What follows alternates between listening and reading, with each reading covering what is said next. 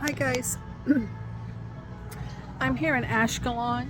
I came south just before the end of the 11th month because there's been a lot of weather information talking about the severe shortage of water we've had here in the south. And I just wanted to see where we were compared to where we are in the north. Many years, because there's just a early zone that runs through some of that breadbasket there along Gaza. Many years that south area will be a month ahead of the north area. And so, yeah, I knew that there was a couple of options. I knew that either the barley was not doing well at all, or because of the water restrictions that the father put on that area this year, that the barley was getting ready to really start maturing out, that it was probably out of the boot, or the heads were showing it looked like barley grains rather than barley grass. And it was probably much further along than we were in the north. I knew it was one of the two. And so I went down and I looked yesterday, and I'm still here today. I'm going to spend one more day here, just kind of taking a break a little bit and really looking good into some regions that I have not been into before. You know me, I'm always hunting areas where we can find barley, and the Father has provided us in the last several years some pretty miraculous locations that nobody else had been looking at, that actually brought out the earliest barley. So my report from coming from the south is it's a catastrophe in the south. I have never seen the south look like that. When you look at the land, it's predominantly brown and not green. Not brown. The color of our weeds after they've died is gray. So the land is gray, and there's very little green to be seen with it. There is absolutely no roadside barley. Why am I talking about roadside barley? Roadside barley has the passive energy collector called a road that causes that barley to mature more quickly. That heat causes the barley to mature. Rain causes the barley to grow. Heat causes it to mature. There's not even any roadside barley. There's no anemones. There's no flowers of any kind in the south. The only place I saw any flowers was in the Raim rest area, which, by the way, there's nothing to look at there anymore. I'll get into that in a second. But the Raim rest area has quite a few plantings that they're watering, and around the plantings there are anemones and a few other flowers taking advantage of the irrigation that they're giving that area. Raim is going to be a thing of the past, the rest area, and more of that whole region, because they're turning it into a memorial. They've laid asphalt, they've put in a lot of benches, they've put in a lot of individual memorials to different people. The area where they had the flags last year and the pictures, all of that still exists. Over behind that, in the wild open areas where the fields would have been, they've planted all kinds of trees, and they're still planting trees for everyone that was killed during October 7th. So Raim rest area is no longer a wild area, and there's still so many people. It was shocking for me today how many people were still going to Raim. So I think Raim's going to be a location of the past. It's not going to tell us anything anymore.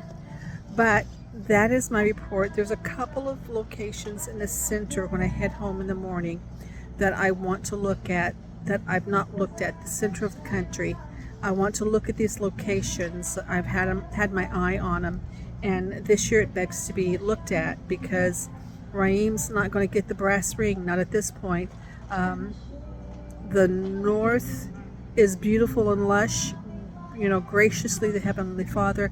My Abba, people hate it when I say Abba, but I'm in Israel and I hear Abba all day long, and it's natural for me to say my Abba.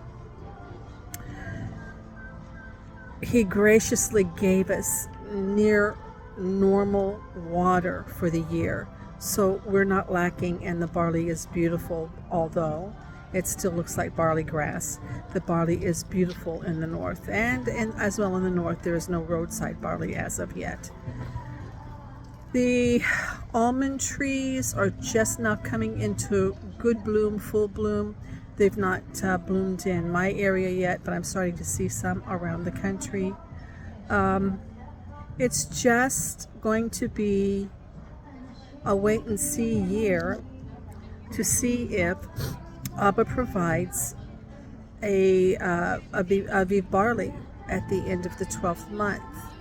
You know, we are right now, the weather service, my weather service that talks about what will be and forecasts what will be, says that at the first part of February, we're still looking good for a what they call a winter storm, or I call a wet season storm, and that this system could very well make up for the deficit that we have been behind this year.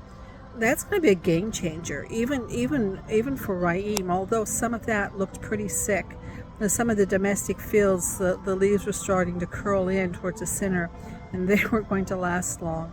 But that will still be a game changer. Barley grows when it gets rain, and it hasn't been able to grow much, and nobody's got heads on. And if we get that rain, I believe it's going to extend the season. Maybe even that we have to have a 13th month. I'm fine with that. Doesn't matter to me. I don't know. I'm just kind of guessing. But we don't know if we're going to get rain. And I don't say we have a Aviv until I physically see it and touch it. So I'm not saying we're going to have a Aviv. I'm not saying we're going to have a 13th month. I'm just saying that rain will cause the barley to grow. How much we get, how long it happens, and where it falls. It may not fall in the south, and it could be an absolute game changer.